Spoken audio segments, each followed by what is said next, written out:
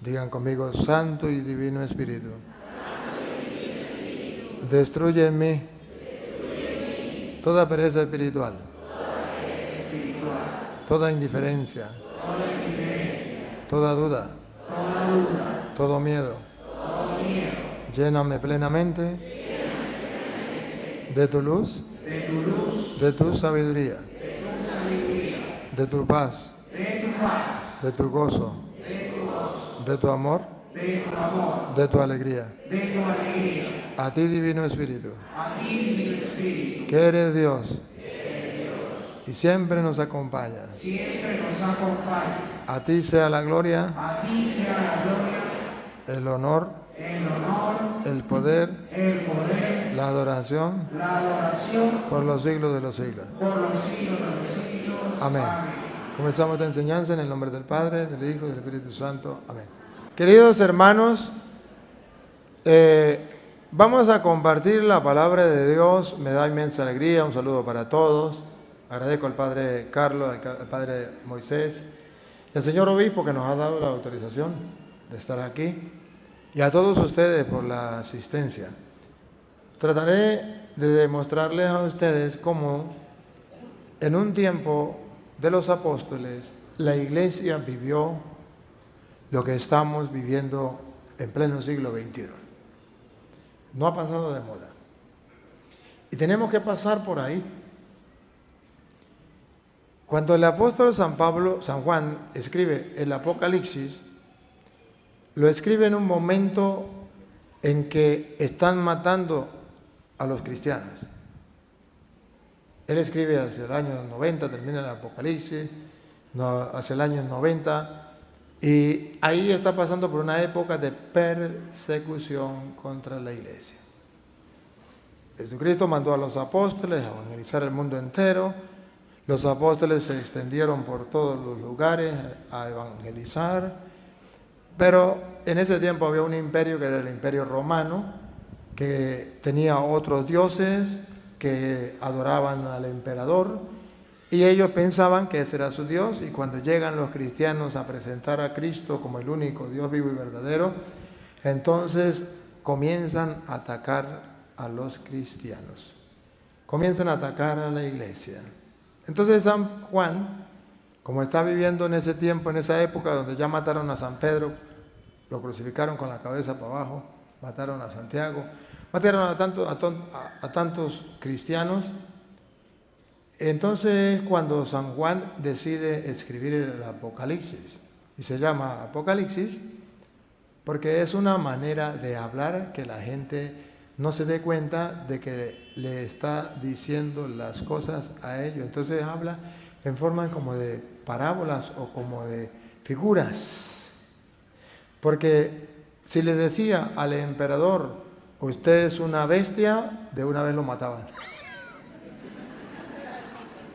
Pero si hablaba en género apocalíptico, habla de una bestia, habla de un anticristo, habla de esto y de aquello, pues ellos dicen, no es conmigo.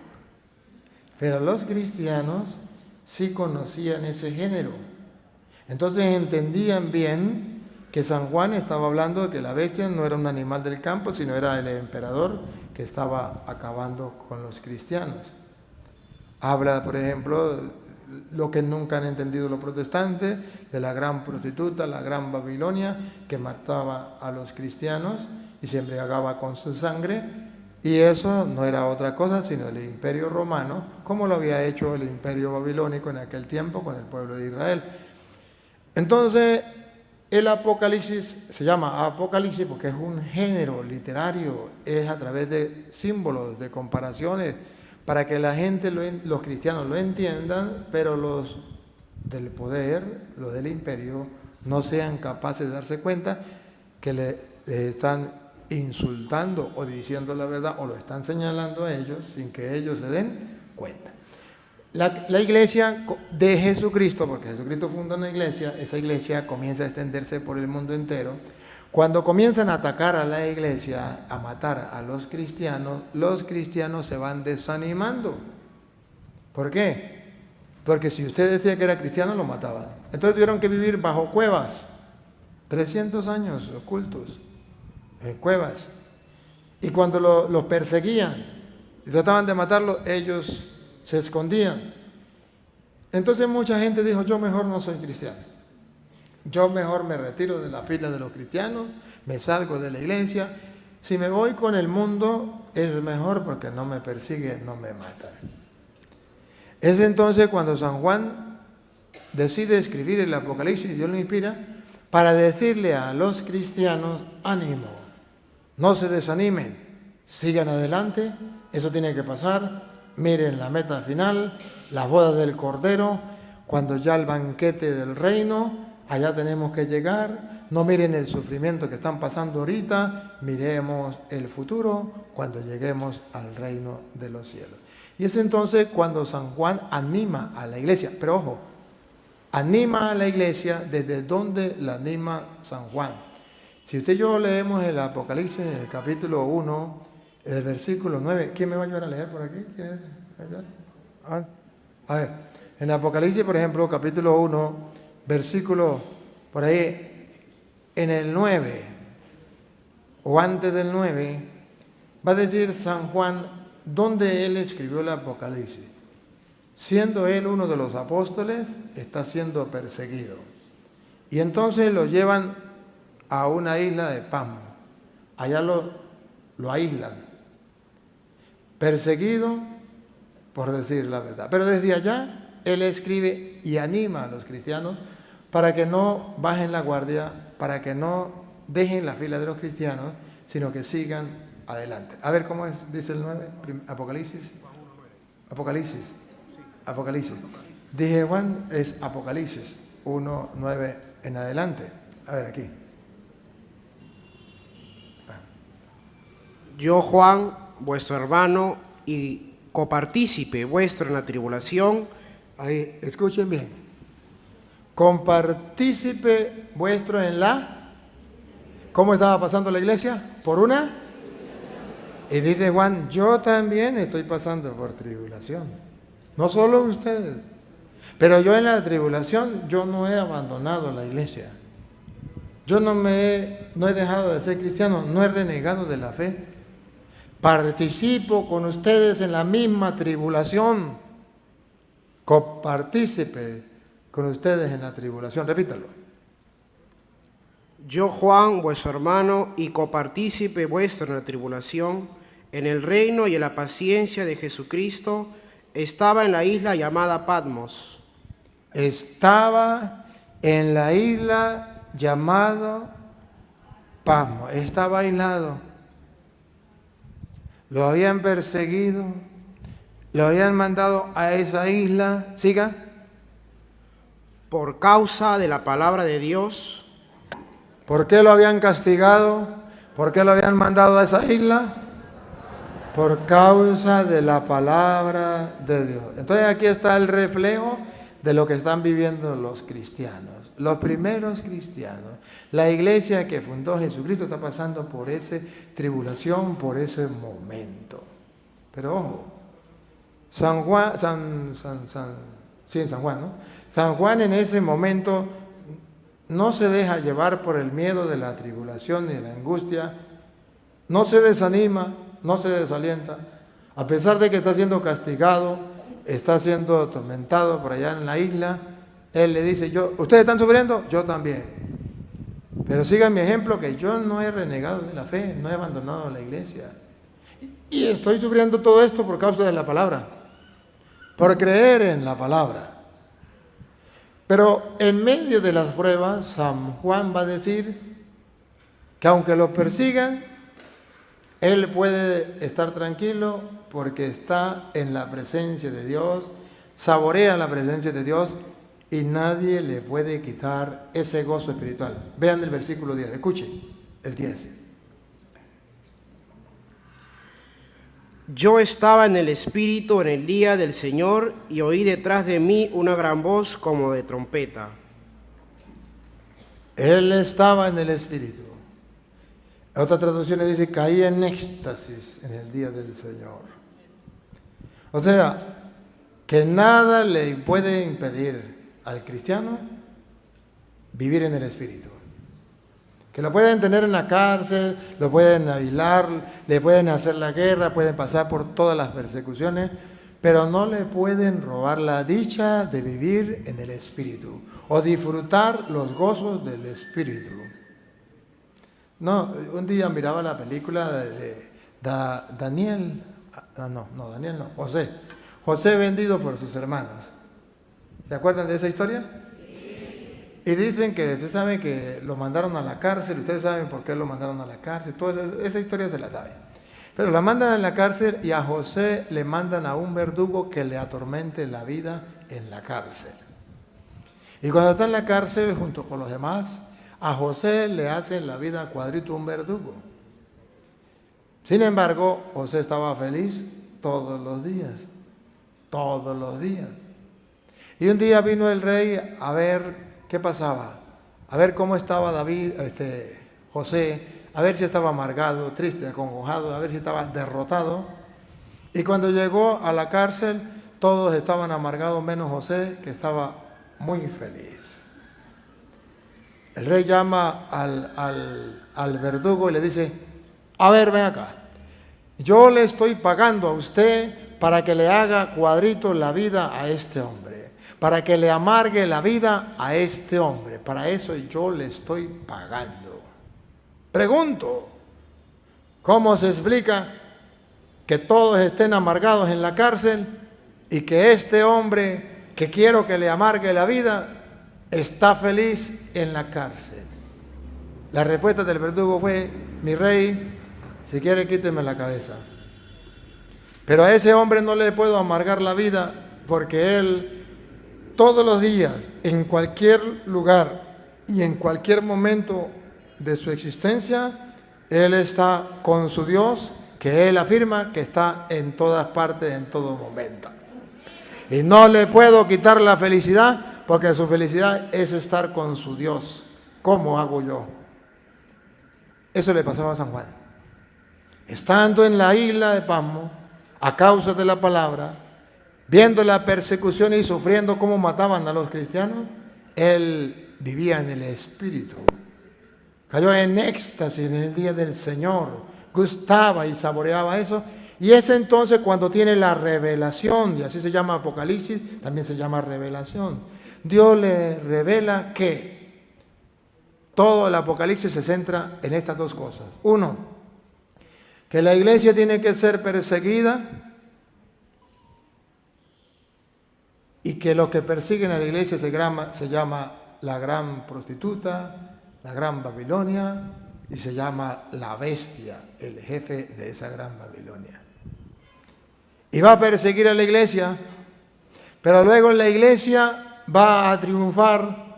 Después de que pase la prueba, la iglesia va a triunfar. Y cuando triunfe la iglesia, entonces va a decir el mismo Juan en el Apocalipsis: dichosos los invitados al banquete de bodas del Cordero. Su esposa se ha embellecido. Ha llegado la boda del Cordero, su esposa se ha embellecido. Y dichosos los invitados al banquete de bodas del Cordero. Entonces San Juan comienza a mostrar tres partes. Una parte, cuando la gran Babilonia, la gran prostituta, ataca a la iglesia. Otra parte, cuando esa iglesia de Cristo pasa por la tribulación y matan a tantos cristianos, derraman su sangre y creen ya haberla acabado. Y la tercera parte, cuando esa iglesia que pareciera que ya está vencida, triunfa y llega al banquete del reino de los cielos. Lo primero que le estoy diciendo está en el capítulo 17 del Apocalipsis. Lo segundo que le estoy diciendo está en el 18. Y lo tercero que le estoy diciendo está en el 19. Seguiditos. Pero para no leerlo todo, ustedes lo pueden leer en la casa. Leemos primero, por ejemplo, el 17, que es la gran prostituta, la gran Babilonia, que los protestantes ignorantes, porque no hay otra palabra, dicen que esa iglesia, que esa gran prostituta, gran Babilonia, es la iglesia católica. Ojo, una afirmación que ellos aseguran, que proclaman, que predican, pero que no está en la Biblia. No dice la Biblia que es la Iglesia Católica. Tampoco dice la Biblia que es una iglesia o que es una religión. No. Si al menos dijera que es una religión o que es una iglesia, pues algo se acerca. Pero no dice siquiera que es una religión, que es una iglesia. ¿Y por qué los protestantes dicen que esa gran prostituta y esa gran Babilonia es la Iglesia Católica? Sencillo. Cuando usted quiere ofender a una persona, ¿qué le dice? Que su mamá es una prostituta. Hijo de... ¿Ustedes saben cómo? ¿Aquí no usan esa palabra? Bueno, eso es una manera de insultar al otro. Entonces el protestante, para insultar a los católicos, le dice: usted es un hijo de que te conté. Y la iglesia es la gran prostituta y usted es hijo de ella. El católico ignorante, en vez de ponerse a estudiar la Biblia, dice: ellos leen la Biblia, ellos saben muchísimo. Entonces, esa es la Iglesia Católica. Voy a tratar de mostrarles los versículos donde la Biblia muestra con claridad que es un invento de los protestantes. Y van a detectar que cuando los protestantes dicen que la Iglesia Católica es la gran prostituta, la gran Babilonia, es para tapar con un dedo el sol. O sea, es para que la gente no se dé cuenta que la iglesia que está siendo perseguida, la iglesia que está siendo asesinada, los que están muriendo mártires, son hijos de la Iglesia Católica, la única iglesia que fundó Jesucristo. Y esto es lo que yo quiero que ustedes vean y hoy comprendan. Por ejemplo, Apocalipsis capítulo 17, versículo 5. Aquí está la revelación de lo que es la gran prostituta, la gran Babilonia. Ojo, con la pura palabra, la gran Babilonia, usted y yo ya nos damos cuenta que no está hablando de una religión, porque Babilonia no era una religión. Ya nos damos cuenta que no es una iglesia, porque Babilonia no era una iglesia. Babilonia era un imperio, una ciudad, pero luego eso tenía un imperio, el imperio babilónico. Entonces, la ignorancia es atrevida. Al no saber qué era Babilonia y qué representaba, pues si Babilonia, cuando dice la gran Babilonia, significa Babilonia, la ciudad de Babilonia, era un gran imperio y el pueblo de Israel fue deportado a Babilonia y sufrió en Babilonia. ¿Qué significa cuando dice la gran Babilonia? Pues si aquellos judíos sufrieron allá en Babilonia, el sufrimiento que están pasando los cristianos ahorita es superior al de los judíos. Por eso se llama la gran Babilonia. Que allá sufrieron, pero ahorita están sufriendo más todavía. Y miren cómo dice el Apocalipsis entonces, capítulo 17, versículo, decíamos 5. ¿Ella también va a leer? Sí. Venga. Pónganse. Tiene que hacerse un poquito más para allá para que la vean. Y en su frente un nombre escrito, un misterio: Babilonia la Grande, la madre de las rameras y de las abominaciones de la tierra. Aquí entonces dice que en su frente había un nombre inscrito: Babilonia la Grande, la madre de todas las rameras, de todas las prostitutas. Ojo, cuando usted y yo hablamos de prostituta, entonces usted y yo pensamos que está hablando de una mujer que se acuesta con otro hombre. Pero cuando estamos hablando del Apocalipsis es en modo simbólico. Está hablando de que esa ciudad llevaba a la gente a tener otros dioses. O sea, no era fiel a su Señor, a su Dios, a su esposo, que era Dios. Entonces tenía muchos dioses. Entonces, esa ciudad grande que comienza a atacar a la iglesia tiene muchos dioses. Eso significa la gran ramera, que tiene muchos dioses. Entonces, él le va mostrando a los cristianos en forma simbólica que están pasando por un momento de sufrimiento, por un imperio que era parecido al imperio de Babilonia, era el imperio romano. Y están pasando por un sufrimiento porque este imperio era prostituta, o sea, tenía muchos dioses. Y ese es el imperio romano, el que está hablando allí en el Apocalipsis. Pero luego dice, escuche lo que sigue. Vi a la mujer ebria de la sangre de los santos y de la sangre de los mártires de Jesús. No corra. Vi a la mujer que estaba ebria con dos cosas muy importantes, que es propia y que es característica de la Iglesia Católica. La mujer se embriagaba, venga despacio, De la sangre de los santos. ¿de qué se embriagaba la mujer? De la sangre de los santos. Miren, la prostituta perseguía a una iglesia, que es la iglesia de Cristo. Pero en esa iglesia existían los santos. Ayúdenme a ver. ¿Estarían hablando de los testigos de Jehová? Los testigos de Jehová no creen en los santos, ni tienen santos. ¿Estarían hablando de los adventistas? Los adventistas no creen en los santos, ni tienen santos. ¿Estarían hablando de los evangélicos? Ellos niegan la existencia de los santos.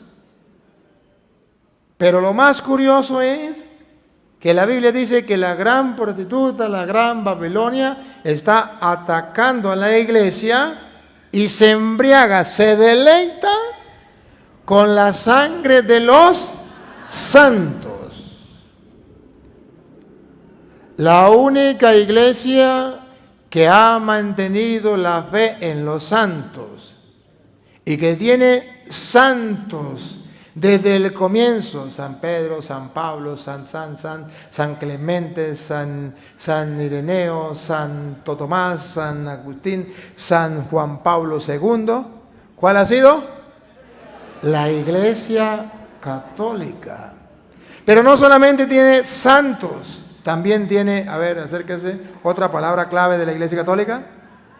La sangre de los mártires de Jesús.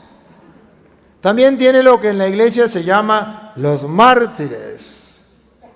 Y que tenemos la lista de tantos mártires. Hay un libro que se llama algo así como martiriológico, algo así, yo no sé. Donde están todos los mártires, la historia de los mártires, que ustedes lo pueden buscar si quieren. La historia de los mártires. ¿Se acuerda, por ejemplo, de un santo, San Ignacio de Antioquía?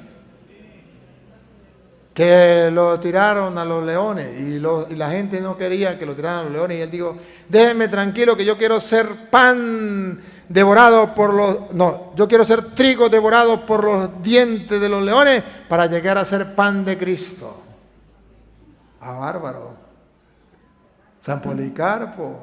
Tantos santos que en el Antiguo Testamento, en el Nuevo Testamento, pero cuando está la persecución, murieron. Ojo, ¿recuerdan ustedes cuando nació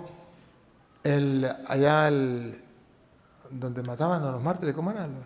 El romano, ¿el qué?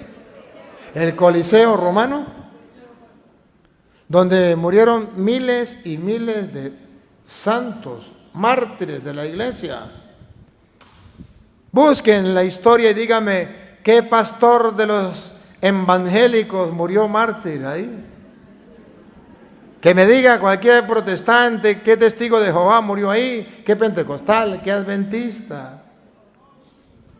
Eso no existe. pero hay constancia de que eran cristianos católicos que murieron ahí y todavía usted va a Roma, yo fui a Roma y vi lo que queda, los restos del Coliseo romano.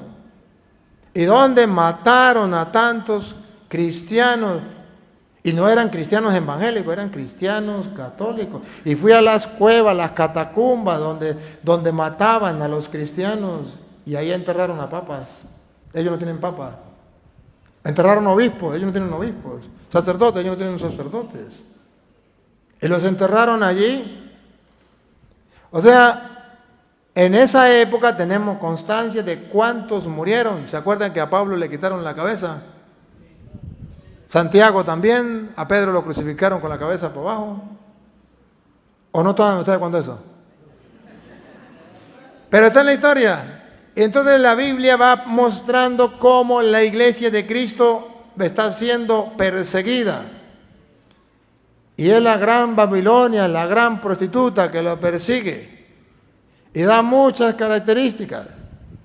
Pero entre las características, para que ustedes se den cuenta que no es una iglesia, que no es una religión, y estamos leyendo de la Biblia Reina Valera, ¿verdad? Aunque le quitaron sabiduría, ahora le toca a usted. Ahí mismo, en el capítulo 17, pero ahora el versículo 18, ustedes van a encontrar cómo dice claramente que esa gran prostituta, gran Babilonia, no es una iglesia, no es una religión como enseñan los protestantes. A las pruebas me remito. Si no está en la Biblia, no me crean. Pero si está en la Biblia Reina Valera, y la vamos a leer de la Biblia Reina Valera, es para decirle a los protestantes, jaque mate. O sea, todo lo que ustedes han dicho sobre la gran ramera, la gran prostituta, que es la iglesia, es pura mentira. Vayan a engañar a los tontos. Véanlo, si no está en la Biblia no me crean. Versículo 18. ¿Qué dice la Biblia? Noten la diferencia. ¿Quién es la gran ramera? Esa mujer, la gran prostituta. Los protestantes dicen la iglesia católica. Reto a cualquier protestante en el mundo que me dé capítulo y versículo. Hoy estamos por internet, Maribel, ¿estamos en internet? ¿Cuántas personas tenemos en internet? 2.300 personas por internet. Pregunto, a ver, ¿2.000 qué? 2.000 son católicos y 300 son protestantes. Porque me siguen los protestantes. ¿Qué vamos a hacer? Pero ojo, yo le voy a hacer un reto a los protestantes que nos están viendo a través de internet. Y si hay alguno aquí también lo hago. No importa. Le hago un reto. Miren, tápenme la boca. Agarren el capítulo y el versículo donde diga que la gran prostituta, la gran Babilonia es la iglesia católica. Se la pongo más fácil. Como sé que ese no está, se la pongo más fácil. Donde diga que la gran prostituta, la gran Babilonia es una iglesia. Se la pongo más fácil. Donde diga que la gran prostituta, la gran Babilonia es una religión. Manden el capítulo y el versículo. No me insulten, no me maldigan. O después que me maldigan, pues boten todo el veneno y después que me maldigan ponen la cita. Listo, se acabó el problema. Ya con eso me taparon la boca, ya demostraron que yo soy un mentiroso. Pero ojo, ellos no lo pueden hacer y si quieren lean los comentarios. Me insultan, me maldicen, me mientan la madre y me mandan para el infierno. Como ellos no son Dios, me les río. Si fueran Dios, uy, les creería y me asusta. Pero como no son Dios, no les creo. Pero oigan, yo sí les puedo mostrar, yo, con la Biblia de ellos para decirles, jaque mate, que no era una religión, que no era una iglesia, la gran Babilonia, que la gran Babilonia era una ciudad y era un imperio babilónico. representaba a otra ciudad, a otro imperio que era el Imperio Romano. Y se lo voy a mostrar, no yo, porque yo no lo voy a leer. Lo va a leer el joven que está aquí. Capítulo 17, versículo 18. Con la lupa. Ustedes solamente pongan la lupa.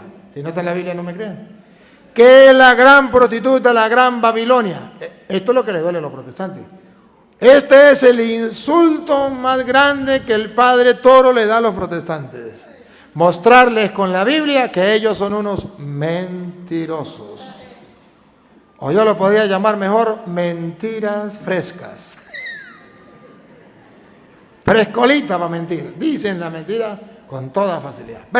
Vean cómo la Biblia dice cosas contrarias a lo que enseñan los protestantes. Ver. Y la mujer que has visto es la gran ciudad que reina. No corra. No hay necesidad de correr. Usted simplemente le va a mostrar a la gente que la ciudad o la mujer que has visto no es una religión, no es una iglesia, es una ciudad. Léalo. Y la mujer que has visto. La mujer que has visto, pongan la lupa, háganle zoom, ¿es una religión? ¿Es una iglesia o es una ciudad? Es la gran ciudad.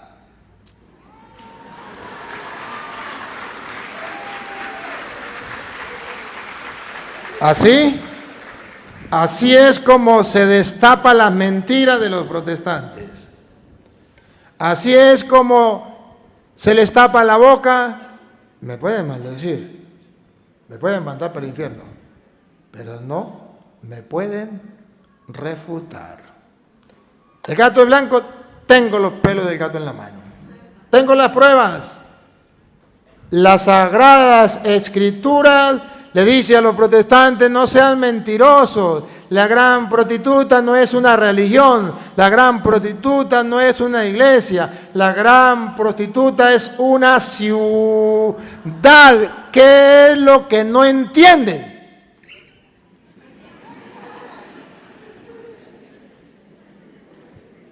Pero como el católico no lee la Biblia, el protestante le cae a mentiras. Ojo, pregunto, ¿es cualquier ciudad? ¿Es una ciudad pequeña o es una ciudad grande? Venga a ver.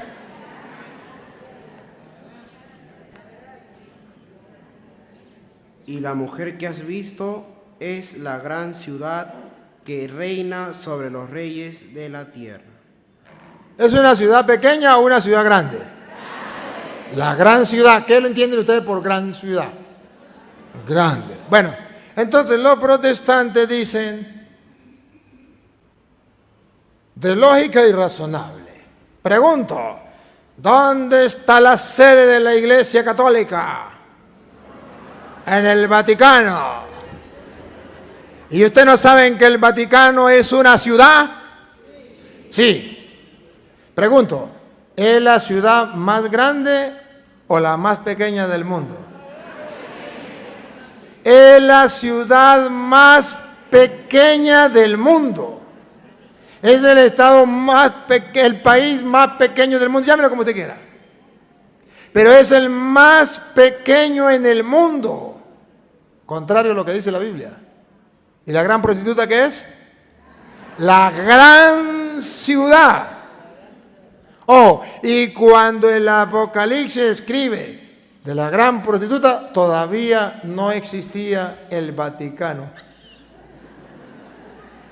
Pero ya existía la gran prostituta, la gran ciudad, que se embriagaba con la sangre de los santos y de los mártires. Los santos de la Iglesia de Cristo, los mártires de la Iglesia de Cristo, los santos, cristianos mártires, que por cierto los protestantes no tienen. Pero bueno, entonces observen ustedes que aquí está mostrando la Biblia que hay una gran ciudad que está persiguiendo a la Iglesia de Jesucristo, que se llaman los primeros cristianos, la Iglesia de Jesucristo. Y todos los protestantes dicen, los primeros cristianos éramos nosotros. Y la gran prostituta, la gran Babilonia eran los católicos que nos mataban a nosotros. ¡Ay, qué tierno! ¡Ay, qué cuchicuche! ¡Ay, qué sufridos! Ni siquiera existían. Todavía no había llegado su papá, Martín Lutero, que llegó a la Reforma Protestante hacia el año 1520. Su papá no había nacido todavía. Entonces van a decir que estaban ellos. O si no, que me tape la boca cualquier protestante, denme el capítulo y el versículo. O díganme en la historia, no me dé capítulo y versículo, porque ya no pueden con la Biblia. Dame en la historia y dígame qué pastor protestante de los testigos de Jehová existían en el año 100, en el año 200, en el año 500, en el año 1000. ¿Qué pastor protestante en qué parte del mundo de cualquier secta existía en el año 1000? En ninguna parte del mundo. Que me muestre la constancia, un templo protestante del año 500. Reto a cualquier protestante. Tápenme la boca, dígame, está en tal parte, en tal. ¿Quién tiene los restos, o quién tiene, sí, los restos, la tumba de los apóstoles?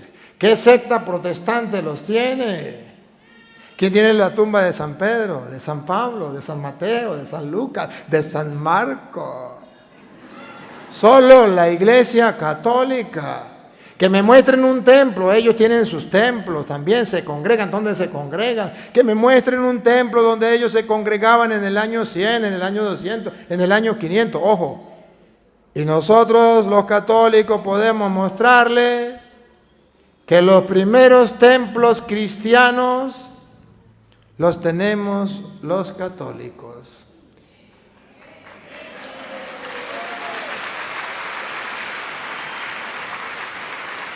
Si algún protestante duda, vaya a Roma. Cuando yo fui a Roma, me llevé una sorpresa. Roma es un museo antiguo, donde está todo lo antiguo de la fe, visto, todo. Aquí está el primer templo, aquí estuvo el santo tal, aquí estuvo esto, todos los templos y toda la constancia. Es un museo grande donde la gente va a ver todo lo antiguo, pero ahí no hay nada evangélico. Y si usted pregunta cuántos años tiene aquel templo, bueno, ese fue construido en el año 1000, y aquel templo, aquel fue construido en el año 350, y aquel templo en el año 400, y en el año 500. ¿Y esos templos son qué? ¿Católicos o protestantes? La gente le da risa y dice, pues católicos.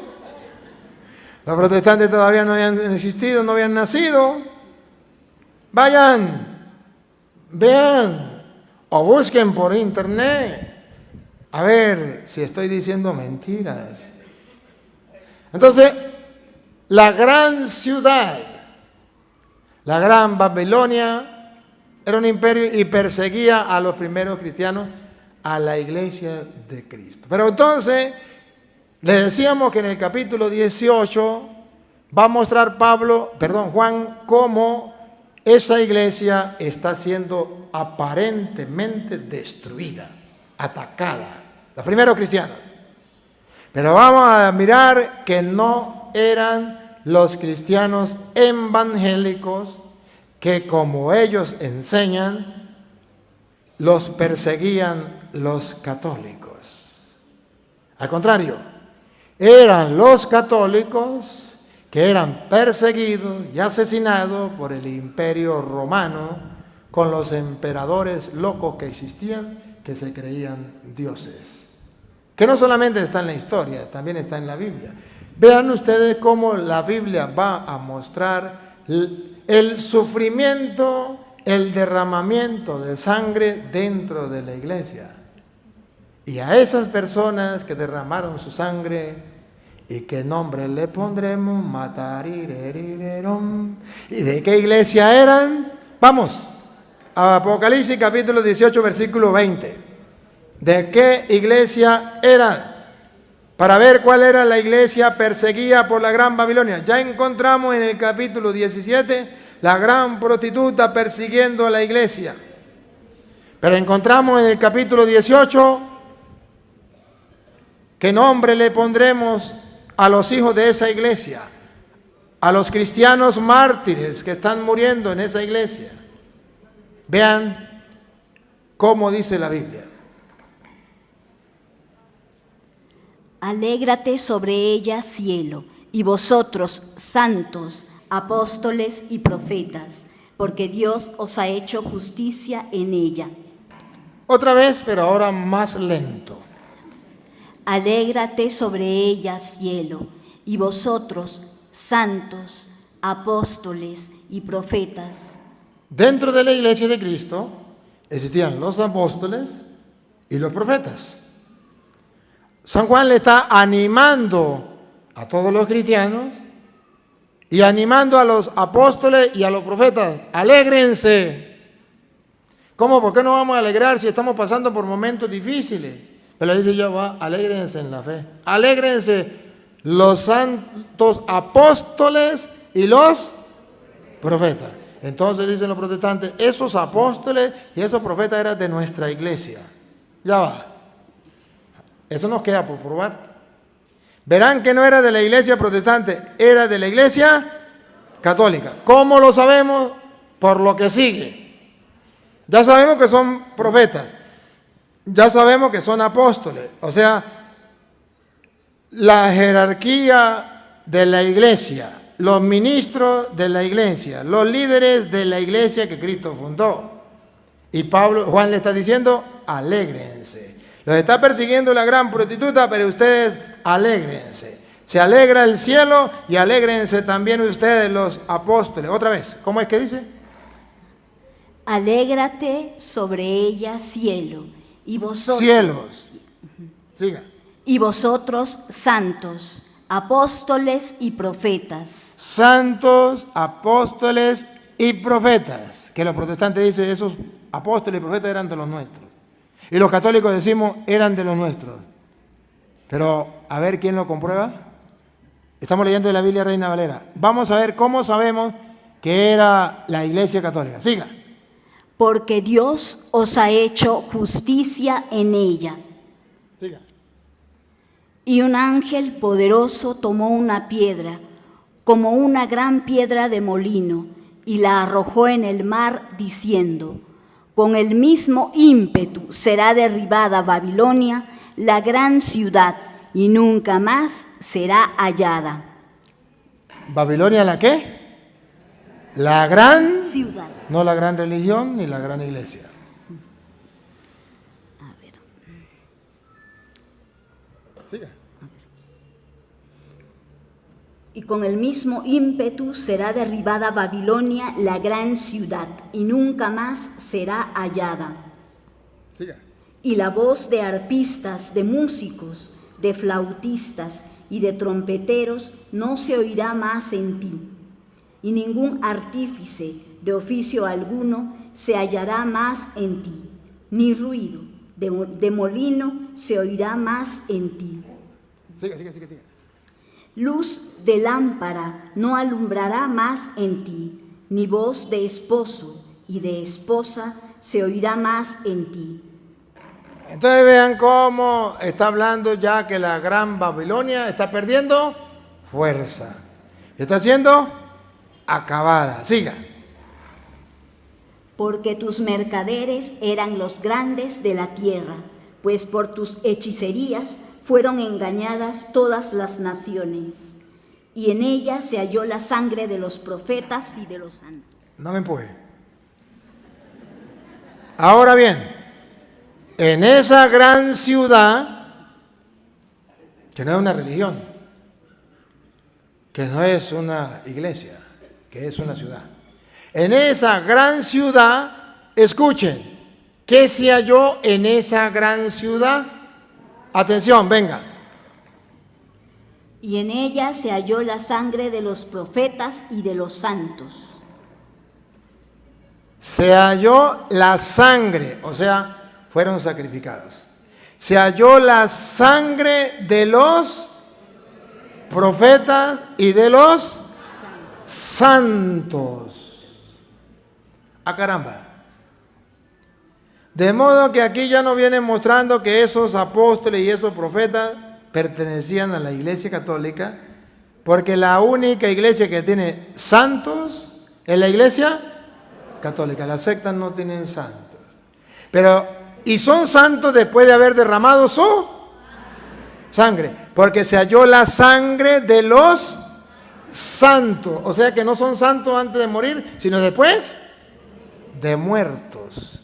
Ya derramaron su sangre y ahora, después de muertos, la iglesia, en representación del apóstol San Juan, los declara santos. Aquí entonces usted y yo nos vemos cómo es que en las primeras comunidades cristianas, aquellos que morían por el Evangelio, aquellos que trataban de vivir la fe y morían por ello, la Santa Madre Iglesia Católica comenzó desde el Apocalipsis a llamarlos santos, después de muertos, después de que habían derramado la sangre.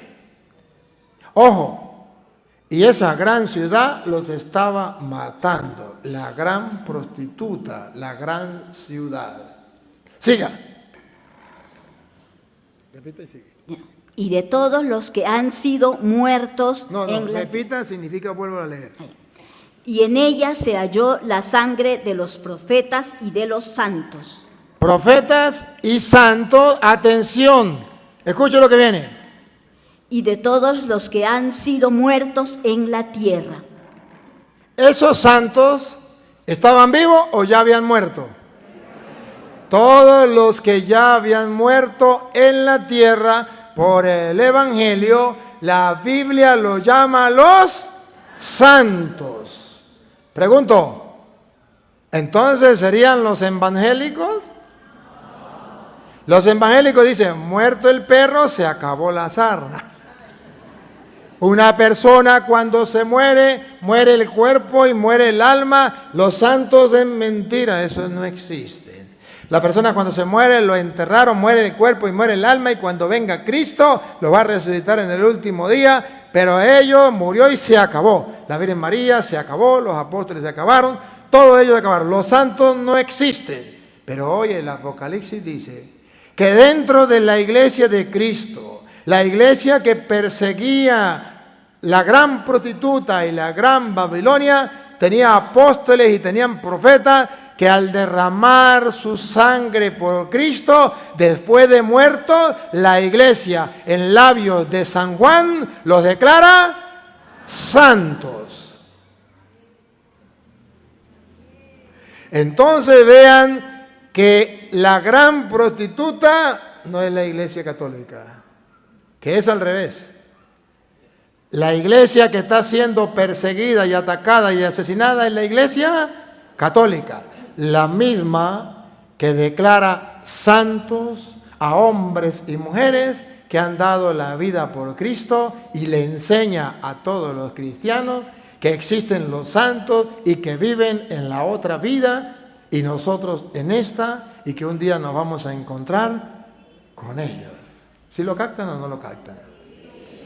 Pero fíjense ustedes que aquí la misma Biblia Reina Valera, en primera de no me pierdan ahí porque ahorita vemos para acá, márquelo ahí, le toca a usted, Juan.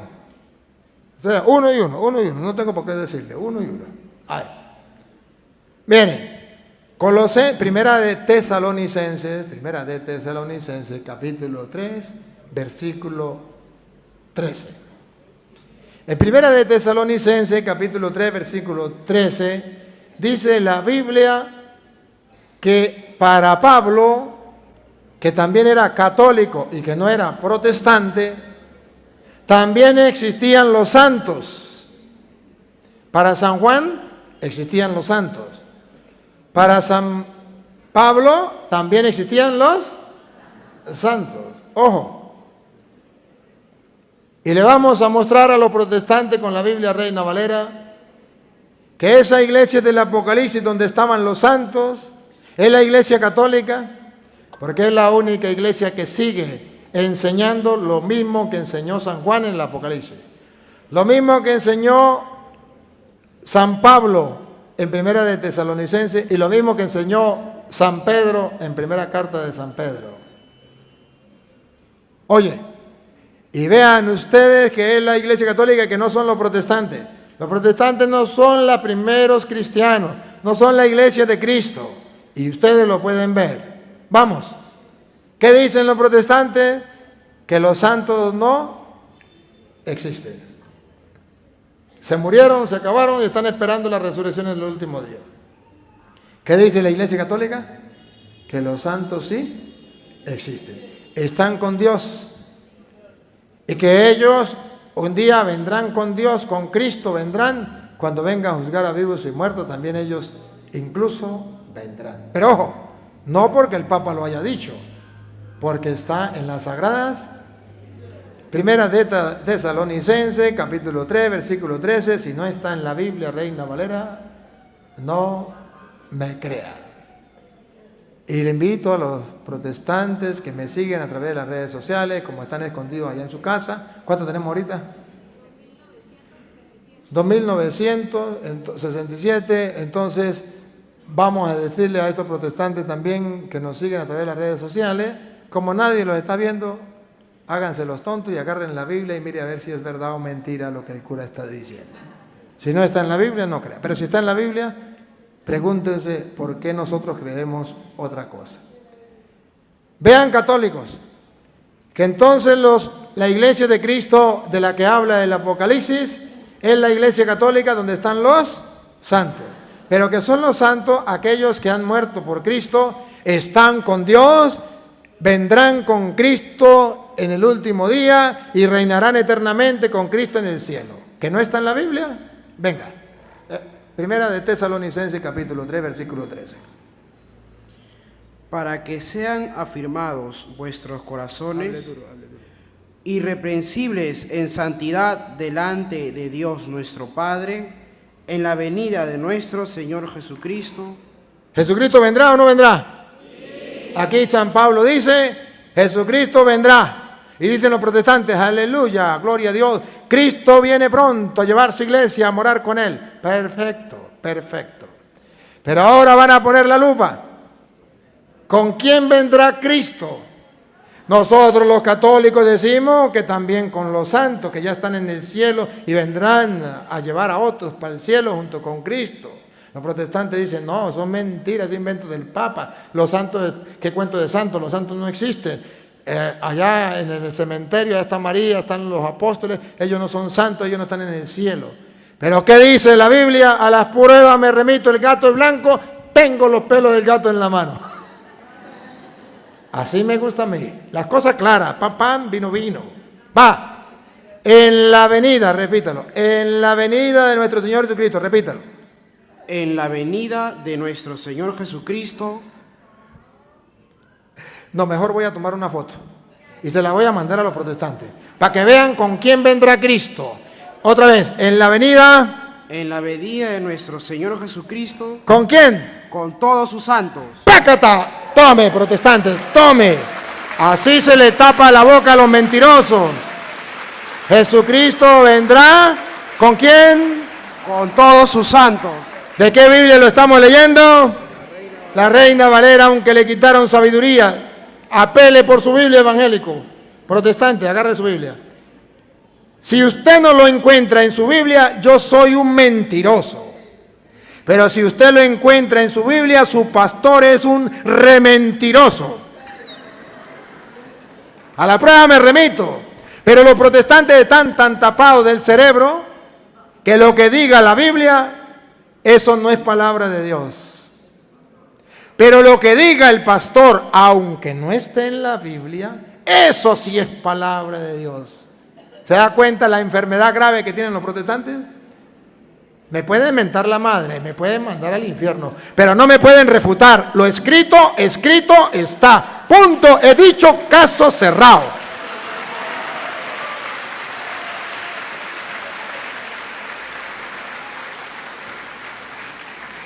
Cuando un católico lee esto, un católico explota en alegría, como están haciendo ustedes, y dice: bendito sea Dios, la Santa Madre Iglesia Católica jamás nos ha engañado. Nosotros simplemente no conocíamos la doctrina de la Iglesia basada en la Biblia. La conocíamos, pero no sabíamos los capítulos y versículos. Ahora Dios nos da la oportunidad de que alguien, un sacerdote del Dios Altísimo, nos muestre los capítulos y los versículos. Bendito sea Dios. Aprovechen esa oportunidad.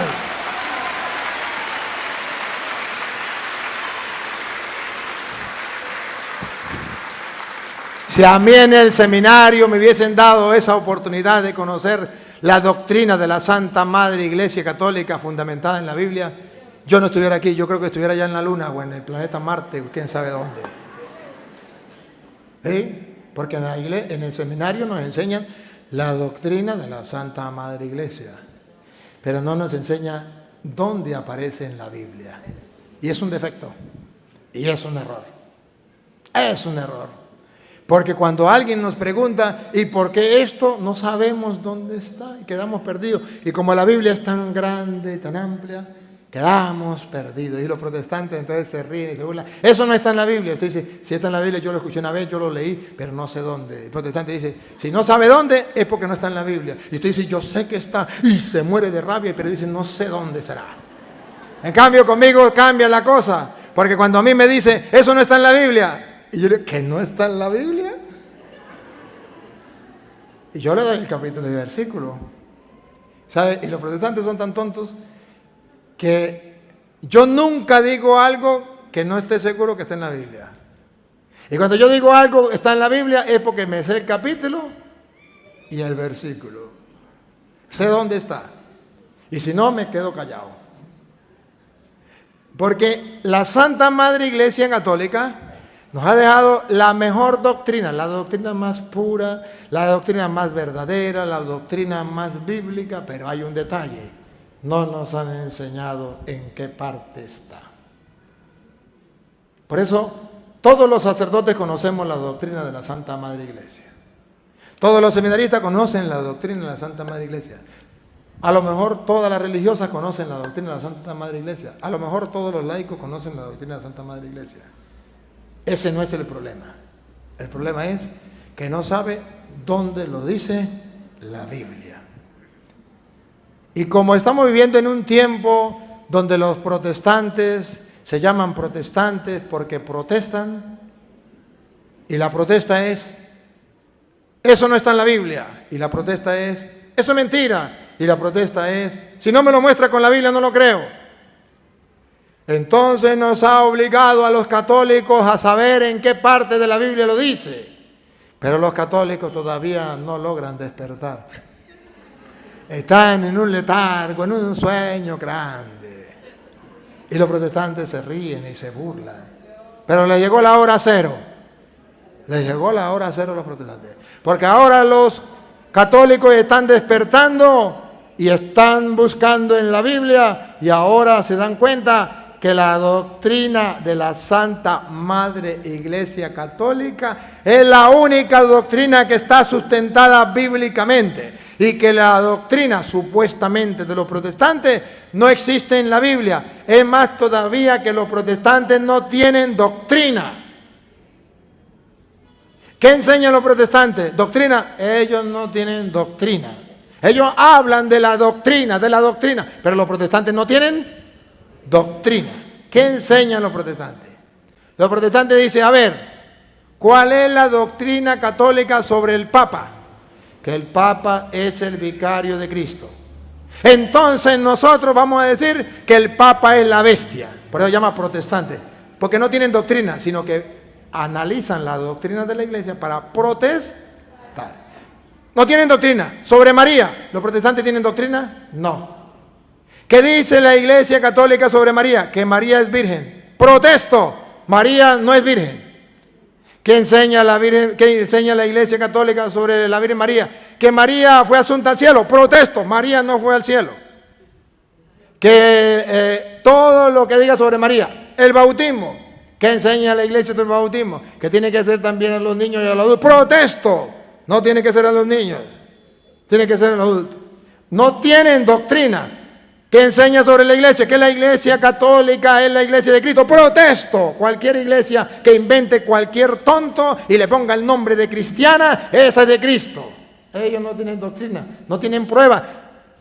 ¿Qué enseña sobre la cruz? Que la cruz es el arma con que Cristo mató y destruyó al diablo. En la cruz es el arma con que Cristo venció al diablo. Protesto. La cruz es el arma con que el diablo venció a Cristo. Entonces es maldita la cruz. O sea, los protestantes dicen, ¿y qué enseñan sobre la confesión? Que hay que confesarse. Protesto, no hay que confesarse con un hombre. ¿Qué enseñan sobre la Eucaristía? Que Cristo está en la hostia. Protesto, ahí no está Cristo, un mero símbolo. Analicen para que vean que los protestantes no tienen doctrina. La única iglesia que tiene doctrina es la iglesia católica. Lo demás son gente que protesta contra la doctrina de la iglesia católica. Y como protestan, no tienen citas bíblicas que lo sustenten, sino que engañan a los tontos diciendo que eso está en la Biblia. Y como los tontos no leen la Biblia, ustedes no, los tontos que no la leen, ustedes no, los que no la leen, lo repito, los que no la leen, ustedes no, solo los que no la leen. Bueno, entonces ellos no se engañan. Les cuento una historia. Mire, una vez fui a una comunidad, y así, full, pero era en el campo. Pero también en el campo la gente está sedienta de la palabra de Dios. Y viene gente a caballo y a pie de lejanías. Y llegó una señora y dijo, yo sé dónde dice la Biblia que María tuvo más hijos. Y yo le dije, señora, hasta hoy soy cura. Si usted me comprueba dónde dice la Biblia que María tuvo más hijos, que diga, estos son los hijos de María o María tuvo más hijos, inmediatamente hoy dejo de ser cura y me meto a protestante. Y estaba llena la iglesia. O la iglesia no, era el campo. Y dijo la señora, pues yo sí tengo el capítulo y el versículo y usted tendrá que dejar de ser cura hoy porque se lo voy a demostrar. Y yo le dije a la gente, pues hasta hoy soy cura. Porque ya encontré una persona que me demuestre que María tuvo más hijos. Le dije, señora, delante de Dios, que todo lo ve y todo lo sabe y todo lo puede. Escúcheme bien. Delante de Dios, ¿usted me asegura que hay un capítulo y un versículo en la Biblia que dice que María tuvo más hijos? Me dijo, sí. Le dije, señora, el problema es que yo no soy protestante. Yo no soy creyón. Yo soy creyente. Yo no le creo a usted. Pero si yo leo la Biblia, yo soy cristiana. Ustedes los católicos no leen la Biblia. Yo si la leo, vaya a cortar a otro con ese cuchillo de cartón. A mí me da el capítulo y versículo y yo lo busco en la Biblia y tengo que leerlo. No es porque usted me diga, sino que yo lo tengo que leer. Me dijo, Mateo capítulo 53, versículo 5. Búsquenlo.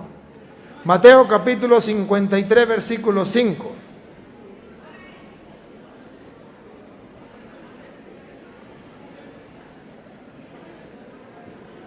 ¿Lo encontraron? ¿Por qué no lo encontraron? Porque eso no existe. Pero la señora juraba que yo no había leído la Biblia. Y cuando ella me dice capítulo 53, versículo 5, yo me acordé que Mateo llegaba hasta el 28. Y yo dije, naguará, aquí la voy a agarrar. Y le dije, señora, me jura delante de Dios, delante de la gente, que en el capítulo 53, versículo 5, está que María tuvo más hijos. Dijo, seguro, delante de Dios y delante de todo, como cristiana evangélica se lo digo. Y le dije, vean la mentira de esta mujer. Mateo llega hasta el 28. Y la gente rápido buscó en la Biblia y cuando se dio cuenta que Mateo llegaba hasta el 28, todo el mundo se echó a reír. Y le dije, así se le quitan las mentiras a los falsos profetas que engañan a la gente, porque dicen que ellos leen la Biblia y que conocen la Biblia al derecho y al revés. Vean cómo es mentirosa. La señora se puso a llorar. Usted es muy duro. Usted no tiene caridad. Usted no tiene piedad. Le dije, ¿qué quiere, señora? ¿Que le tire flores y le aplauda? ¿No se da cuenta la barbaridad que usted está haciendo? La mentira fresca que hace, que dice. Que sepa el mundo entero. Toda la doctrina de los protestantes está sin fundamento bíblico. Es pura mentira. Eso no existe en la Biblia. Pero como el católico no lee la Biblia y cree que los evangélicos saben muchísimo, no lo digo por decirlo. Cuando yo estaba en el seminario, íbamos de pastoral, salíamos en diciembre o en Semana Santa, algunos de los formadores decían, vayan a la ira de pastoral, pero no entren a las casas de los evangélicos por dos motivos. Uno, porque ahí se pierde el tiempo y nunca los va a convertir. Y dos, porque esa gente sabe mucho de Biblia. Y yo no salía del asombro que un formador me dijera a mí eso. Sí, pero bueno, entonces, pero como yo no soy creyón, yo soy creyente, yo no le creía a él. Yo le creía lo que decía Jesús. Vayan y prediquen el evangelio a toda criatura. Ahí estaban metidos los protestantes. El que crea se salvará y el que necesita creer será condenado. No les hice caso. Y por eso ahora le predico a todos, católicos y protestantes. Y ustedes lo ven. Y dicen y brincan y ya. Y vamos a torear al toro y vamos a refutar al toro. Y cuando ven al toro de frente, las cosas cambian. Porque desde la barrera los toros se ven bonitos. Pero un toro cuando ya le mete, ahí hay que saber torear. Yo nunca sabía por qué Dios me ha puesto el apellido de Toro. En estos días hace como 3 o 4 días, me paré con esa cosa. ¿Por qué Dios me puso ese apellido de Toro? Además, el Toro no es el primer apellido, es el segundo apellido. Mi primer apellido es Jaimes. ¿Y por qué me ponen Toro? Y yo dije, pero no, ¿qué pasa? ¿Qué pasará? Y entonces resulta que me puse a pensar, yo dije, a ver, cuando yo fui al liceo, tú sabes que al llegar al liceo, al que llega nuevo le ponen un sobrenombre, al menos allá en Venezuela donde yo estudiaba. Lo bautizaban, se decía, vamos a bautizarlo, y le ponían un sobrenombre. Al uno le decían lapa, al otro chigüiri, al otro lagartijo, al otro le decían iguana, al otro le decían, bueno, le ponían el nombre que era. Y resulta que llegamos al liceo y yo nuevo y me pusieron por sobrenombre Toro. Toro. Y yo no aceptaba ningún sobrenombre. Y que se acuerda que yo cuando llegué al seminario yo era bravo. Perdón, al seminario no, al liceo yo era bravo. Y cascarrabias, que me dieron sobrenombre le partía la cara a puño. Pero me dijeron Toro. Y todos se echaron a reír. Y a mí no me ofendieron porque ese es mi segundo apellido. Toro. Y me llamaron todo el tiempo, 5 años Toro. Me fui al seminario, llegaba al seminario y en el seminario le pusieron sobrenombre a los seminaristas. A cada seminarista le ponían sobrenombre y a mí me pusieron Toro. Y yo no sabía por qué me ponían Toro. Y antier, estos días por allí con unas monas, fui a visitar una mona y una mona me dijo que, ay, no me acuerdo cómo es que dijo la mona. ¿Usted se acuerda cómo es que dijo? Algo que yo era un toro, no sé qué, un toro, no, mugía. Ah, usted es un toro que moja muy duro, algo así dijo. Y yo dije, yo estoy preguntando por qué Dios me puso Toro. Ah, verdad. Porque Dios quiso que me llamaran Toro para que los protestantes se pusieran las pilas. Porque no me iban a torear muy así, muy bueno, ¿no? Sino tenían que amarrarse los pantalones para torear a este toro. Oye, engañan a los tontos. Los protestantes no tienen doctrina. Atacan la doctrina de la iglesia, agarran una cita bíblica, por ejemplo, en contra de la confesión, dice Jeremías 17:5, dice, maldito el hombre que se confiese con otro hombre. Y usted dice, sí, ¿verdad? Otros dicen, no, maldito el hombre que confía en otro hombre, y confesarse es confiar con otro hombre. Y usted va a Jeremías 17:5 y se da cuenta que eso es mentira. Jeremías 17:5 dice, maldito el hombre que confía en otro hombre, pone su apoyo en un mortal y aparta su corazón de Yahvé. Todo distinto. Y así engañan a la gente. Entonces, la doctrina de los protestantes no existe. Ellos simplemente atacan la Iglesia católica. Pero ¿qué dice la Biblia? Que en las primeras comunidades cristianas se creía en los santos. Vuelvo otra vez, se me fue. Colosenses 3:13, cuando venga el muchacho, bueno, ¿a quién le tocaba? Bueno, dale usted. Para que sean afirmados vuestros corazones irreprensibles en santidad delante de Dios nuestro Padre en la venida de nuestro Señor Jesucristo. ¿Con quién?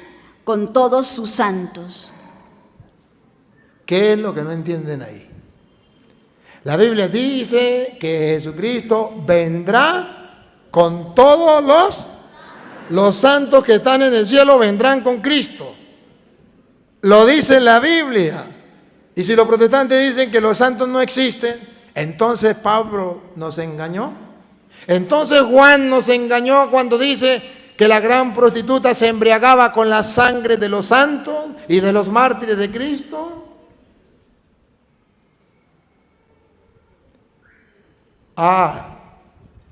Pero ellos quieren tapar el sol con un dedo. Y dicen que la Iglesia católica es la gran prostituta, la gran Babilonia, y ellos nos perseguían a nosotros. No, era el Imperio Romano que mató, asesinó a tantos cristianos. Pero ¿qué pasa? Que en el capítulo 17 habla de la gran prostituta, en el 18 esa gran prostituta cae, viene destruyendo a tantos cristianos, pero después cae la gran prostituta. A ver, sigue ahí. ¿Qué sigue?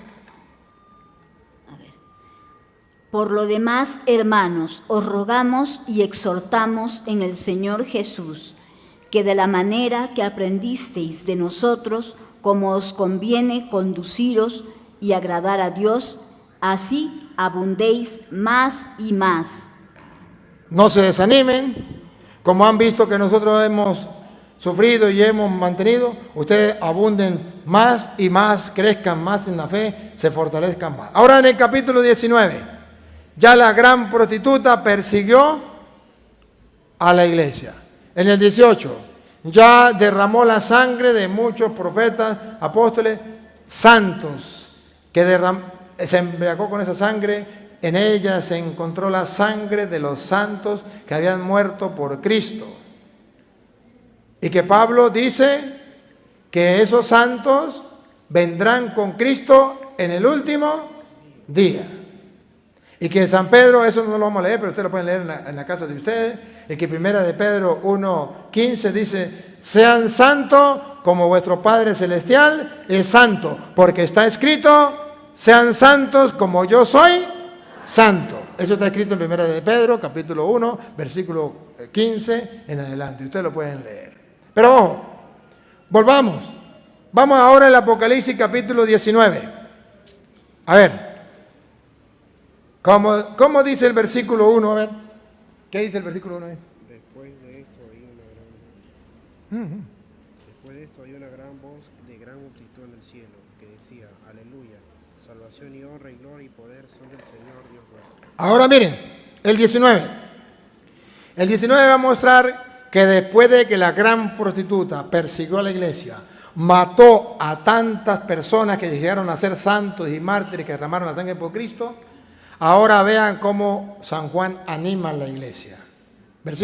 Capítulo 19. Después de esto oí una gran voz de gran multitud en el cielo que decía, aleluya, salvación y honra y gloria y poder son del Señor Dios nuestro, porque sus juicios son verdaderos y justos, pues ha juzgado a la gran ramera que ha corrompido a la tierra con su fornicación. Aquí entonces explota en alegría. ¡Aleluya! Ya cayó la gran prostituta, la gran Babilonia, ya pasó ese tiempo. Le está diciendo a los cristianos, después de la tempestad viene la calma. Aleluya. Ahora ha sido juzgada la gran prostituta, la gran Babilonia. Y mire cómo anima a los cristianos. Versículo 7. Gocémonos y alegrémonos. Otra vez. Gocémonos. ¿Cómo anima a los cristianos que están siendo asesinados? Gocémonos Y alegrémonos. y alegrémonos Y démosle gracias y démosle gloria. y démosle gloria. Porque han llegado las bodas del Cordero. Ojo, porque después de la persecución, después de matar a tanta gente, al final viene la victoria. Ha llegado las bodas del Cordero. O sea, le está animando a ver el triunfo, que después de la muerte viene la victoria. Que no tengan miedo a ser asesinados por el Imperio Romano, que ahora les espera el banquete del reino de los cielos. Ha llegado la boda del Cordero. Y oigan aquí, subrayen lo que sigue. Vean. Y su esposa. ¿Otra vez? Y su esposa. Otra vez. Y su esposa. El Cordero tiene una. No me pierda ahí, márquelo. Márquelo, no me la pierda. ¿Cuál será la esposa? ¿Cómo sabemos que es la iglesia? Efesios capítulo 5, versículo 23. La esposa es Entonces la iglesia no es la gran prostituta. La gran prostituta, ¿se acuerda? Aleluya, aleluya. Ha sido destruida la gran prostituta, la gran Babilonia. Ahora alégrense cielo y tierra porque ha sido destruida la gran Babilonia y juzgada. Ahora llegó la boda del Cordero y su esposa se ha embellecido. ¿Y cuál es la esposa? Para que vean que la esposa es distinta a la gran prostituta. Que la gran prostituta es la ciudad, el Imperio Romano, y la iglesia es la esposa. ¿Y dónde dice que la iglesia es la esposa? Porque dice, su esposa se ha embellecido. Pues vamos a buscar en la Biblia quién es la esposa de Cristo. Efesios 5, 23. ¿Cuál es la esposa de Cristo? Segundo, ¿cuántas esposas tiene Cristo? Porque si la esposa es la iglesia, tenemos que ver cuántas esposas tiene Cristo. Y si Cristo tiene una sola esposa, o sea, una sola iglesia, que alguien me responda por qué ahora en pleno siglo XXI hay tantas sectas que se llaman la iglesia de Cristo o la esposa de Cristo. Escuchen lo que dice Pablo. 5:23. Usted se quita para allá para no estar dándole golpes al micrófono. Porque el marido es cabeza de la mujer, así como Cristo es cabeza de la iglesia. Ya comenzó a decir que la iglesia es la esposa de Cristo. Sigue. La cual es su cuerpo y Él es su Salvador. Así que como la iglesia está sujeta a Cristo, así también las casadas lo estén a sus maridos en todo. Las mujeres casadas deben estar sujetas al marido como la iglesia, que es la esposa, está sujeta a Cristo. Siga. Maridos, amad a vuestras mujeres, así como Cristo amó a la iglesia. ¿Cuál es la esposa de Cristo? ¿Una sola o varias? ¿Cómo sabemos? Porque el marido debe amar solamente a la esposa o también a la moza. Respondan, mujeres, respondan. ¿Y cuántas esposas debe tener su marido? Pues aquí la Biblia dice que los maridos deben tener las mismas esposas que tuvo Cristo. Si Cristo tuvo muchas esposas, su marido también debe tener muchas esposas. Pero si Cristo tuvo una sola esposa, su marido debe tener una sola esposa. Maridos, amen a su esposa.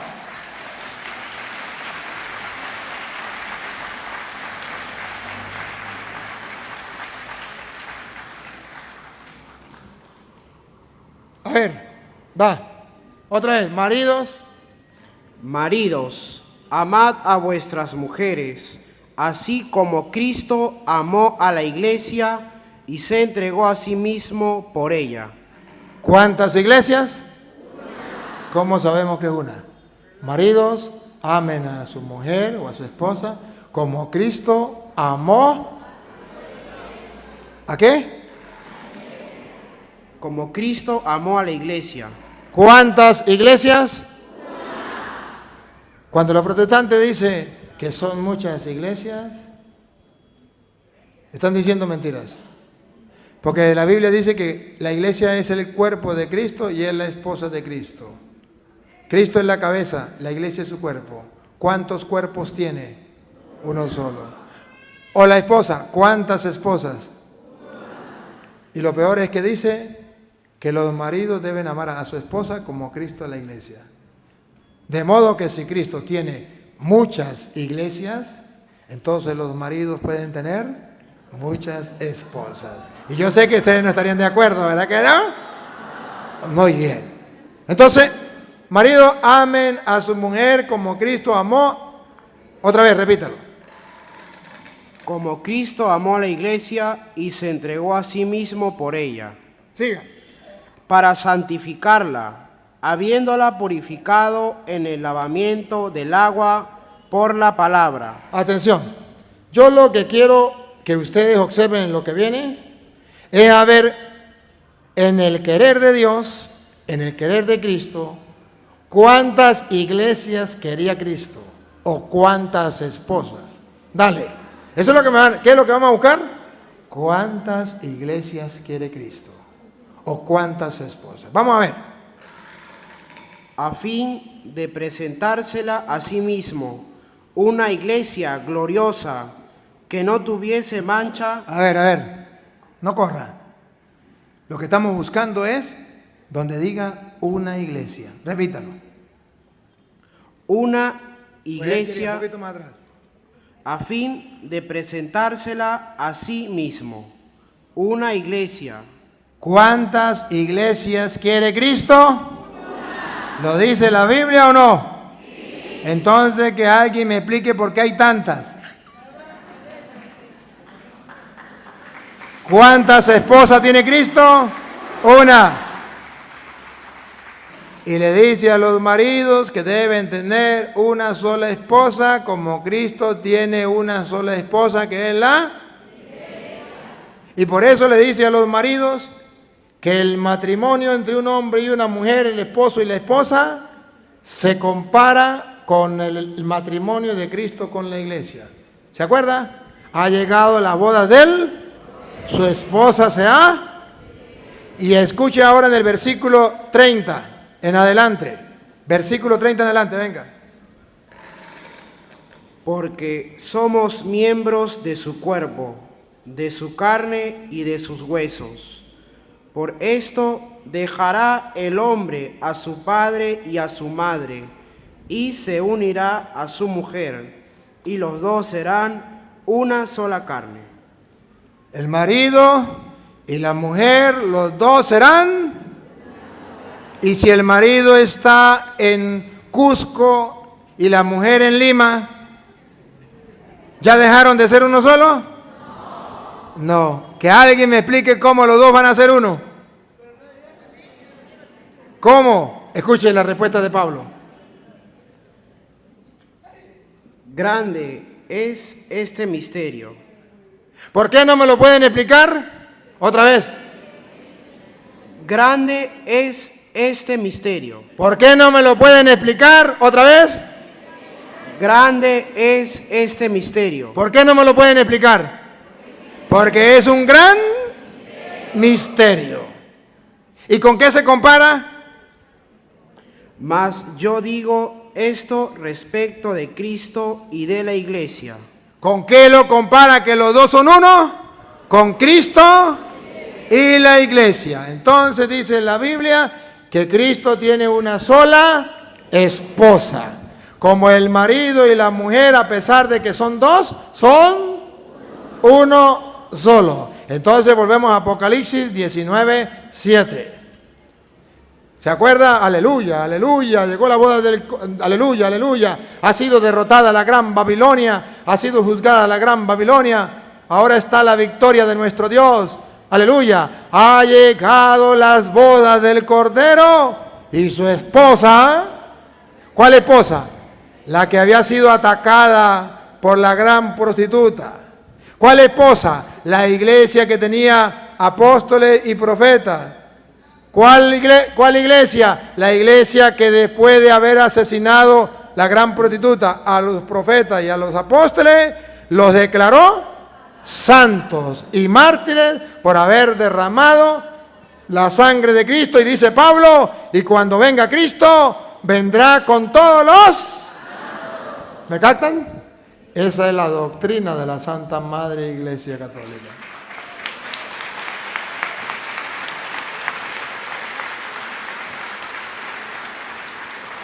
Ahora no, oigan. Venga otra vez, mamita. El 7 en adelante. Sí.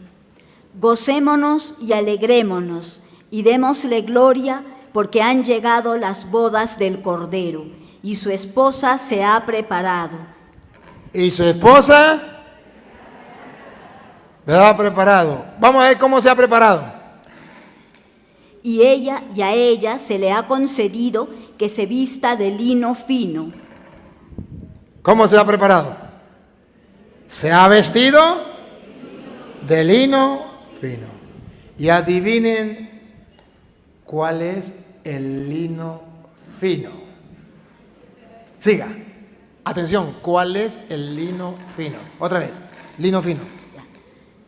Que se vista de lino fino, limpio y resplandeciente, porque el lino fino es las acciones justas de los santos.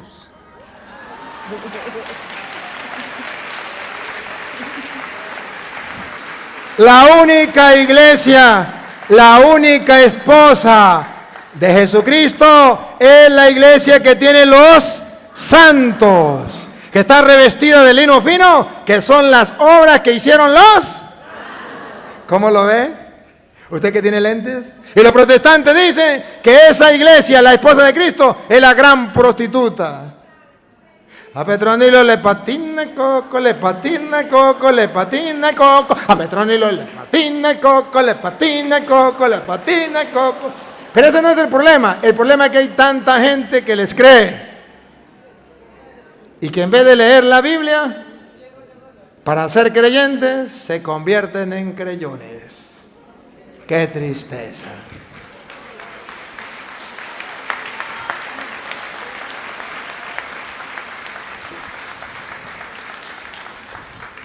Ahora, vean ustedes que esa es la iglesia que fundó Jesucristo. Y esa iglesia es la iglesia católica. ¿Y cómo sabemos nosotros que es la iglesia católica? Bueno, ya les estoy mostrando que esa iglesia de la que está hablando San Juan, que es la esposa de Cristo, de la que dice San Pablo, que es una y que es un gran misterio. Y así como el marido tiene que tener una sola esposa, así también Cristo tiene una sola esposa. Los dos son uno. Es un gran misterio y yo lo refiero a Cristo y a la iglesia. Ahora, si ustedes quieren ver un poquito más que esa esposa y esa iglesia es la iglesia católica, mire cómo San Pablo se lo explica al obispo Timoteo en Primera de Timoteo, capítulo 3, versículo 1 en adelante. Bueno, si quiere el 15. Primero el 15 y después pasamos, vamos al revés. Vamos de lo más a lo menos. Capítulo 3, versículo 15 en adelante.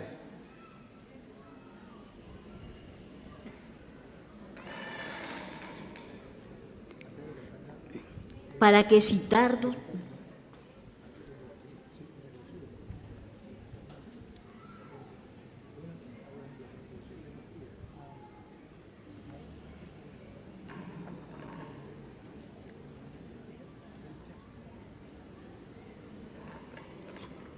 para que si tardo sepas cómo debes conducirte en la casa de Dios, que es la iglesia del Dios viviente, columna y baluarte de la verdad.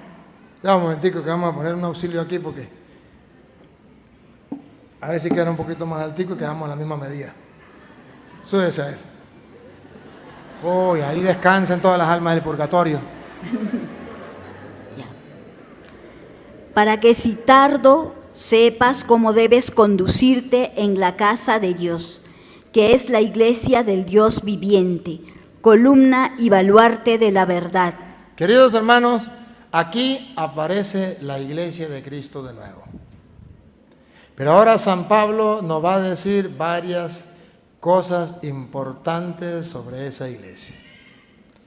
Uno, viene a decir que esa iglesia es la casa de Dios. Dos, que no es la iglesia de don Petronilo o de Pánfilo, de Martín Lutero, de Elena de Guay, de José Smith o cualquier tonto que haya inventado una iglesia, sino que el mismo Dios en persona quiso dejar en la tierra establecer y fundar una iglesia. Obsérvenlo. ¿Cuál es la diferencia entre la iglesia, un católico y un protestante? El católico está en una iglesia que fundó el mismo Dios. Y el protestante está en una iglesia que ha fundado un hombre. ¿Y qué pasa? Que si la ha fundado el mismo Dios, a mí no me importa si ahí hay gente buena y gente mala, si me tratan bien o me tratan mal, si me reciben con aplausos o no me reciben con aplausos, si me tiran flores o me tiran piedras, a mí, si siento o no siento, si me gusta o no me gusta, a mí qué me importa. Yo voy a estar en la iglesia que Dios fundó. ¿Y cuál es el problema de los protestantes? Que los protestantes dicen, a mí no me importa estar en la iglesia de Dios. A mí lo que me importa es que me traten bien. Que me digan, bienvenido hermano, siga adelante. Donde yo pueda sentir bonito, porque ahí se siente bonito. ¡Ay, qué emoción! A mí no me importa estar en la iglesia de Dios. A mí me importa es donde yo me sienta a gusto. Esa es la diferencia entre un católico y un protestante. El católico está en la iglesia no porque sienta bonito, no porque lo traten mal, sino porque sabe que Dios tiene una iglesia y que en esa iglesia es que Él se va a salvar y esa iglesia la fundó Cristo y en esa iglesia usted debe estar porque Cristo viene a salvar su iglesia. Mientras que el protestante dice, a mí no me importa que sea la iglesia de Cristo o que no sea la iglesia de Cristo, a mí lo único que me importa es sentirme bien, a gusto. Pues así dicen los drogadictos, cuando uno se fuma un pitillo, ¿qué nota? Oye, pero vean ustedes otra vez cómo dice Pablo a Timoteo, repítalo. Para que si tardo sepas cómo debes conducirte en la casa de Dios. Hablaron de la casa de Dios. ¿Ustedes quieren estar en la casa de Dios? Sí. Ahora miren, ¿qué es la casa de Dios? Oigan. Que es la iglesia del... ¿Qué es la casa de Dios? La iglesia del Dios. No tiene afán, mamita. ¿Usted por qué se afana? Vamos despacio, despacio. ¿Para qué corre? Despacio como planean las águilas seguras de su presa. Despacio como se acorralan los toros en el corral. Despacio como se doma un caballo. Despacio como se canta y se ora, como se reza y se ama, como se besa. Ahí se ama, me equivoqué. Despacio. No tiene que correr. El problema de la lectura bíblica, que no se nos queda nada, es la costumbre de correr. Y el mejor ejemplo, aquí lo tenemos. No deben correr. Y no lo hago por maldad, lo hago para enseñarles. Y yo sé que ella no es delicadita. Es para enseñarles. Por eso no se nos queda nada. Porque leemos a las carreras. Cada palabra tiene su significado. Cada palabra tiene su valor. Cada palabra tiene un contenido teológico. Y si pasamos a las carreras, no saboreamos nada. A ver, otra vez. Que es la iglesia del Dios viviente. Repítelo de nuevo, si me tardo. Para que si tardo sepas cómo debes conducirte en la casa de Dios. ¿Y qué es la casa de Dios? Es la iglesia. ¿Qué es la iglesia? Vamos a ver si dice la iglesia de Martín Lutero. La que fundó Martín Lutero. Vamos a ver si dice la iglesia de Elena de White. La que fundó Elena de White. A ver si dice la iglesia de José Smith. O de Carlos Parán. O de Pánfilo o de Petronilo. O sea, aquellos que fundaron su iglesia. Vamos a ver cuál es la iglesia. La casa de Dios, que es la iglesia. ¿Cuál iglesia? A ver, otra vez. Que es la iglesia del Dios viviente. Atención, atención. La casa de Dios no es cualquier iglesia que cualquier tonto funde. La casa de Dios es la iglesia que fundó el mismo Dios que vive desde siempre y vive para siempre. He dicho, caso cerrado, no se hable más.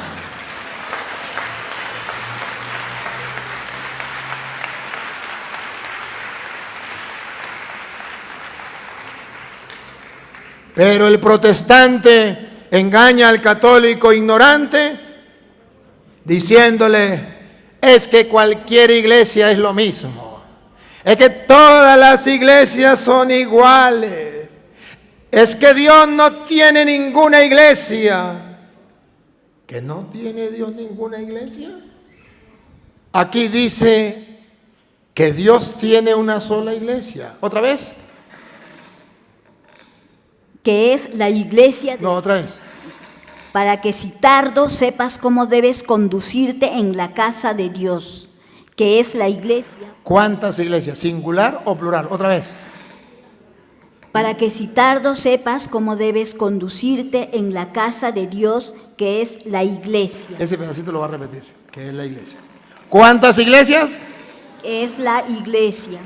¿Singular o plural? Otra vez. La iglesia. ¿Cuántas iglesias? La iglesia. Nosotros los católicos, cuando dice, si me tardo para que sepa cómo tiene que portarse en la casa de Dios, que es entonces nosotros los católicos entendemos una. Y los protestantes cuando dicen ellos entienden muchas. ¿En qué escuela estudiaron? Cuando la Biblia dice la iglesia del Dios vivo, significa la iglesia que no fundó Martín Lutero, la iglesia que no fundó Carlos Parán ni José Smith, ningún protestante, que la fundó el mismo Dios, o sea, Jesucristo, el Emmanuel, Dios con nosotros. En esa iglesia yo quiero nacer, yo quiero vivir y yo quiero morir. Y en esa iglesia los católicos tenemos la dicha, la felicidad de haber nacido y de estar viviendo en esa una y única iglesia que fundó Jesucristo, que es la iglesia católica.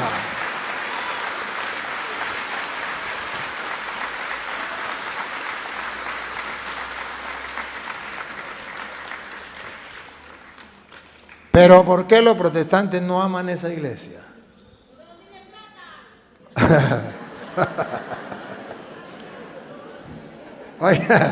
Oigan, ¿por qué?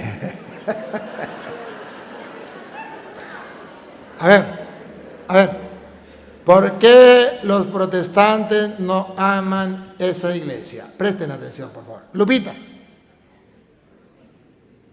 Con Lupita. ¿Por qué los protestantes no aman esa iglesia? Pongan cuidado, porque esa iglesia tiene algo que a ellos no les gusta, que ellos no aman, que ellos no quieren, que a ellos no les importa. Oigan. Columna y baluarte de la verdad. Que es la iglesia, repítalo. Que es la iglesia del Dios viviente.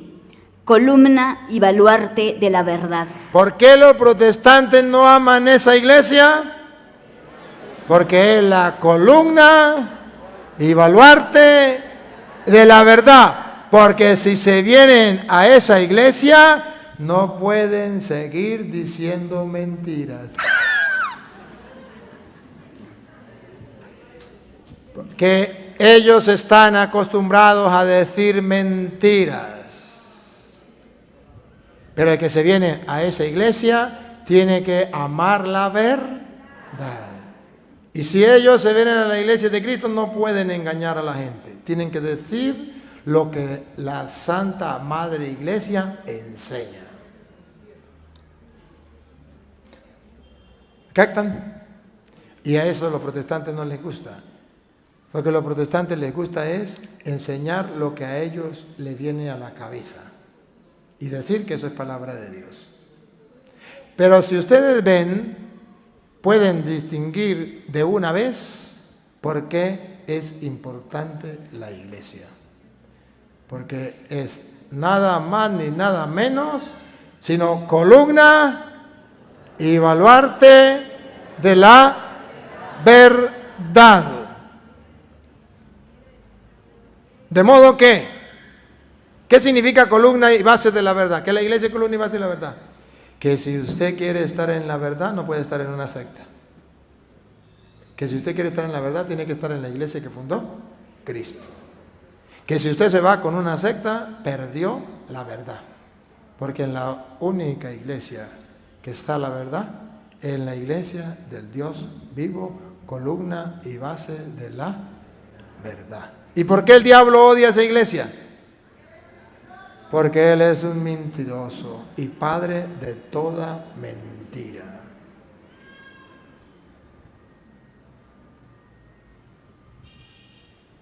¿Y por qué la iglesia tiene que ser columna y base de la verdad? ¿Saben por qué? Porque ese es el querer de Dios. Según dice 1 Timoteo capítulo 2 versículo 4, el querer de Dios es que todos los hombres se salven y lleguen al conocimiento del haber. ¿A través de qué?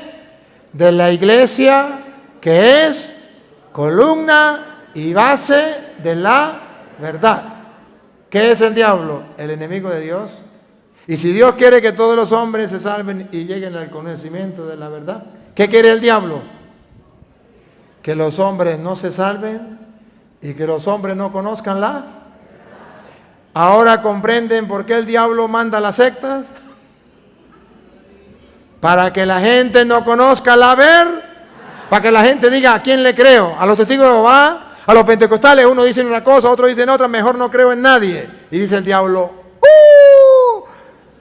logré el objetivo, que la gente no conozca la verdad. Porque Dios quiere que todos los hombres se salven y lleguen al conocimiento de la. Le toca a usted, creo, ¿verdad? A ver, óiganlo. Súbase, papá, súbase.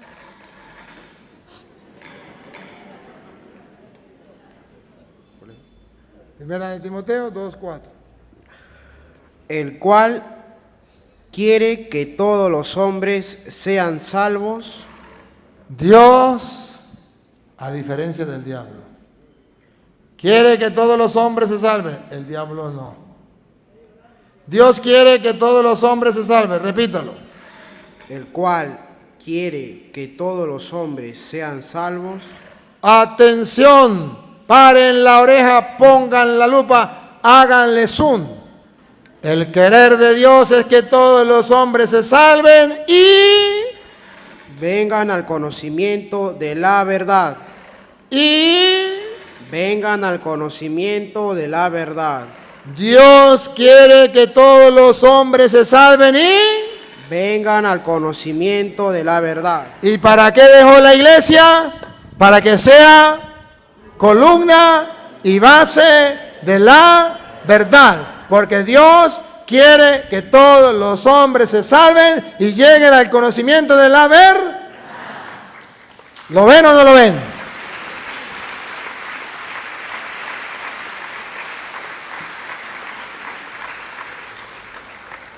Y porque Dios quiere que todos los hombres se salven, llegando al conocimiento de la verdad, funda la iglesia que es columna y base del haber. Y cuando yo me meto a la iglesia de Cristo, que es columna y base de la verdad, entonces yo puedo alcanzar lo que Dios quiere, que todos los hombres se salven. Vean como dice Hechos de los Apóstoles, capítulo 2, versículo 47 de la Biblia Reina Valera. De la Biblia Reina Valera. A ver, Dios quiere que todos los hombres se salven y lleguen al conocimiento del haber. ¿El diablo también quiere eso? El diablo no quiere que todos los hombres se salven ni que conozcan la haber.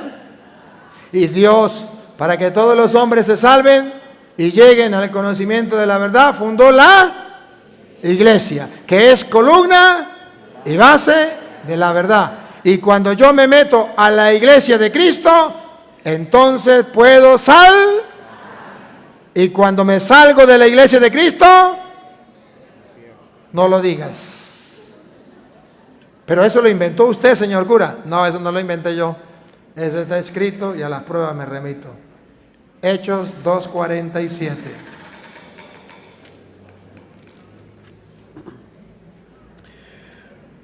Alabando a Dios y teniendo favor con todo el pueblo. Siga. Y el Señor... Otra vez. ¿Quién es el Señor? ¿El diablo o Dios? Dios. Otra vez. Alabando a Dios. No. Y el Señor. Vamos a ver quién es el Señor. ¿Dios o el diablo? Otra vez. Y el Señor. Y el Señor, no el diablo, sino el Señor. Añadía cada día a la iglesia. Añadía. Metía gente cada día a la iglesia. ¿Para qué? Los que habían de ser salvos. ¿Para qué los metía en la iglesia? Para que fueran, porque Dios quiere que todos los hombres se salven y lleguen al conocimiento del haber. ¿Y para qué lo mete en la iglesia? Porque la iglesia es columna y base del haber. Y es en la iglesia donde los hombres pueden conocer la verdad.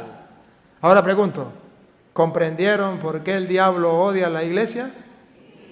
¿Comprendieron por qué el diablo cada día saca 2, 3 sectas en el mundo?